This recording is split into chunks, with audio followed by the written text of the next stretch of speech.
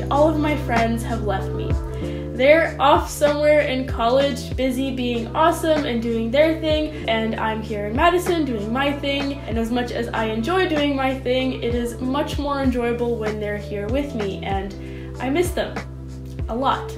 Handwritten letters and like little notes and handmade cards and things like that are my love language. Whenever I receive anything like that, I keep it in this box I have in my closet, and I like to just pull them out once in a while and read through all of them. I also used to have a bunch of pen pals all around the world back in sophomore year. I even had an Instagram account for it, which is still up if you're interested. The reason it's called Pen Pal Rice is because Rice is the second half of my first name, and it doesn't make any sense at all. So since I like making little handmade gifts and letters and things like that, I thought I would step it up a notch and send out some care packages to some of my friends to remind them of how much they miss me. So in this video, I'll be putting together 4 care packages for friends who have moved far out across the country. I wish I could make care packages for everyone, but I have a feeling this is gonna cost a bit of money, and so I decided to send 4 packages to friends who have moved out pretty far away from home and would benefit most from receiving a little piece of home in the mail. So first, I'll show you the step-by-step process for how I put together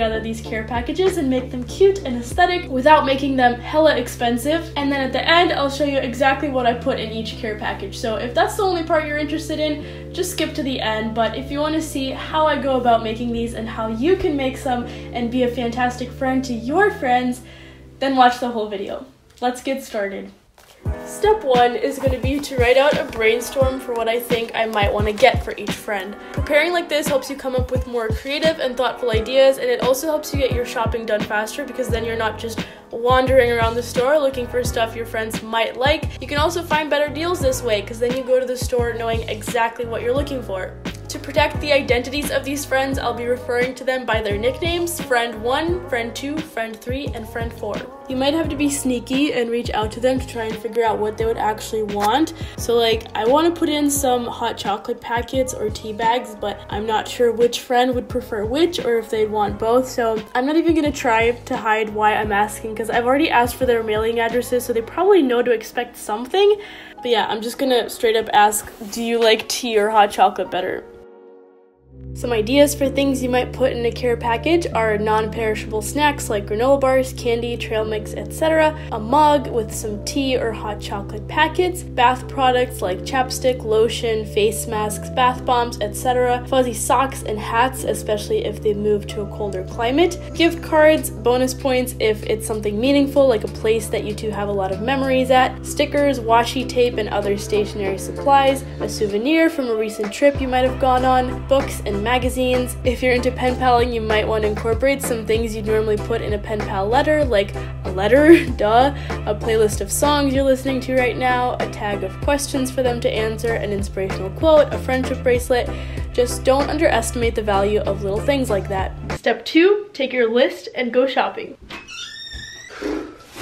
So let's talk about saving money when you're shopping for care packages. One thing you probably don't have to worry about is weight, because USPS flat rate boxes are usually the cheaper option to go with when you're mailing things. These flat rate boxes actually do not have a weight limit, and when I checked their website, according to USPS, weight restrictions for domestic priority mail express flat rate envelopes and priority mail flat rate envelopes and boxes are 70 pounds. So I feel like 70 pounds is kind of hard to reach, so I really don't think you should be worried. I think the heaviest thing I have is like the books, and I'm not good at estimating weight, but it's definitely not anywhere near 70 pounds. But something you should be worrying about is what store you're gonna shop at. So if you want to visit physical stores, I would highly recommend checking out the dollar store because they have some great deals there. Don't automatically go for stuff at the dollar store. You might be able to find things cheaper at like Walmart or something, but usually the dollar store does have some pretty good deals. So like, I got socks and lotion,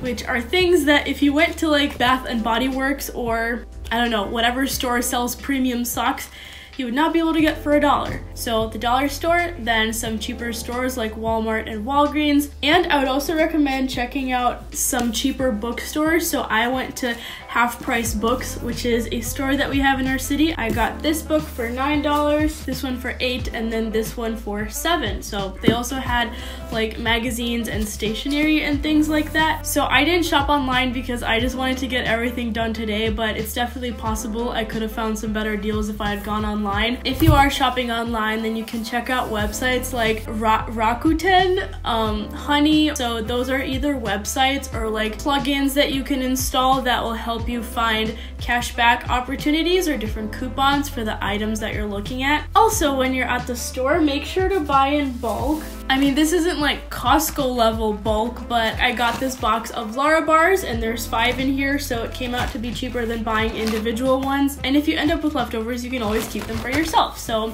nothing gets wasted. Or for future care packages, if you guys remain friends, I guess. Step 3, decorating and packing. So one thing you can do is you can line the inside of your flat rate mailing box. And to do that, you're gonna have to cut open one of the sides so that you can lay it flat.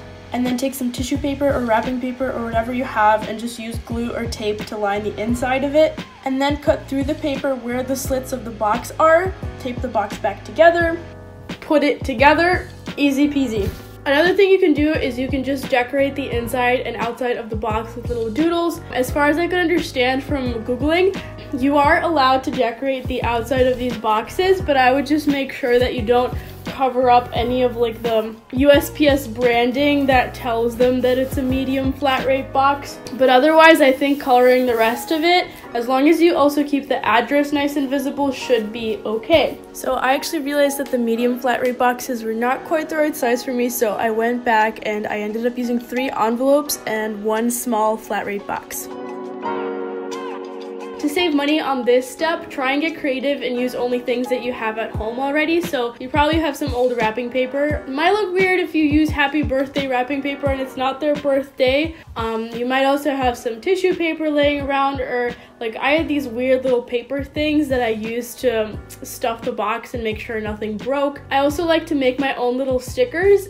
This is something I did when I wrote pen pal letters. So I just draw a little doodle on a piece of paper and then cut around it and glue it on, and it's like a sticker. No one would know. Step 4, packing. So when you're packing, you obviously want to try and use your space as efficiently as possible because you're literally just paying for the volume, you're not paying by weight. So it's going to take a little bit of Tetris, and be prepared to kind of unpack and pack everything a couple of times to see how everything fits best. Also, if you have any breakable items like mugs, make sure that those are wrapped in something soft so that they don't break, and also that they're not near the edges of the box. Then the last step is getting your friends' addresses on there and sending them off. I did not try to be secretive at all about this. I would literally just say, what's your mailing address? And they'd be like, here it is, why? And I'd be like, no reason. But if you do want to find out their address and you want to keep it totally a secret, you could probably ask their family. Their family will probably have their mailing address.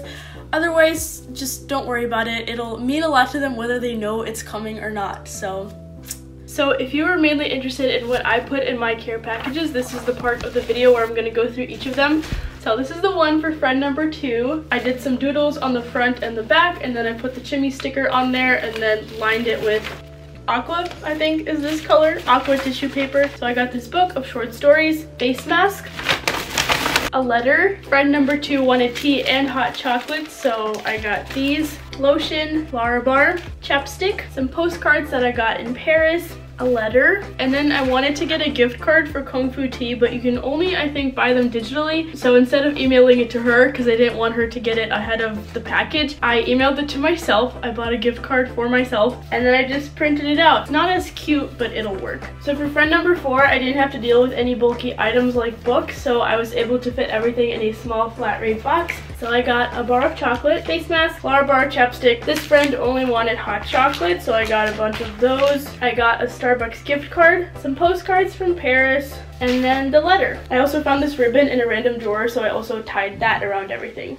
Alright, then for friend number 3, I did a little Shooky sticker, and then these are lyrics from No More Dream, and I added some random washi tape and doodles. I also lined this one with tissue paper on the inside. So for this package, I got these socks that have llamas on them, or alpacas, I'm never really sure. Lotion, face mask, postcards, tea and hot chocolate, Lara bar, some washi tape, and then some zebra mild liners, which are my favorite highlighters in the world, and I use them on everything.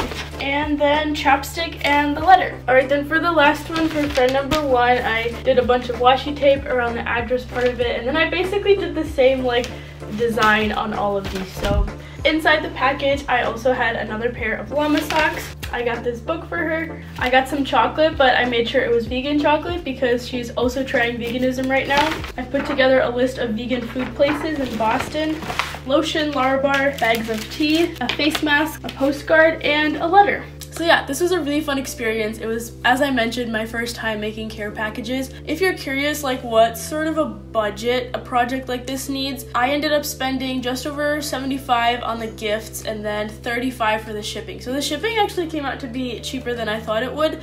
So the overall cost of the project definitely was not where I thought it would be. Obviously there's ways you could do it cheaper than I did, and I talked about some of those ways throughout the video. So I hope this video inspires you to send a care package or just like a letter to a friend. In this day and age where we rarely even FaceTime our friends and we mainly just text them, it's really important once in a while to just put some more time into some more meaningful gestures. So thank you so much for watching. I hope you enjoyed this video, and I'll see you next week. Bye!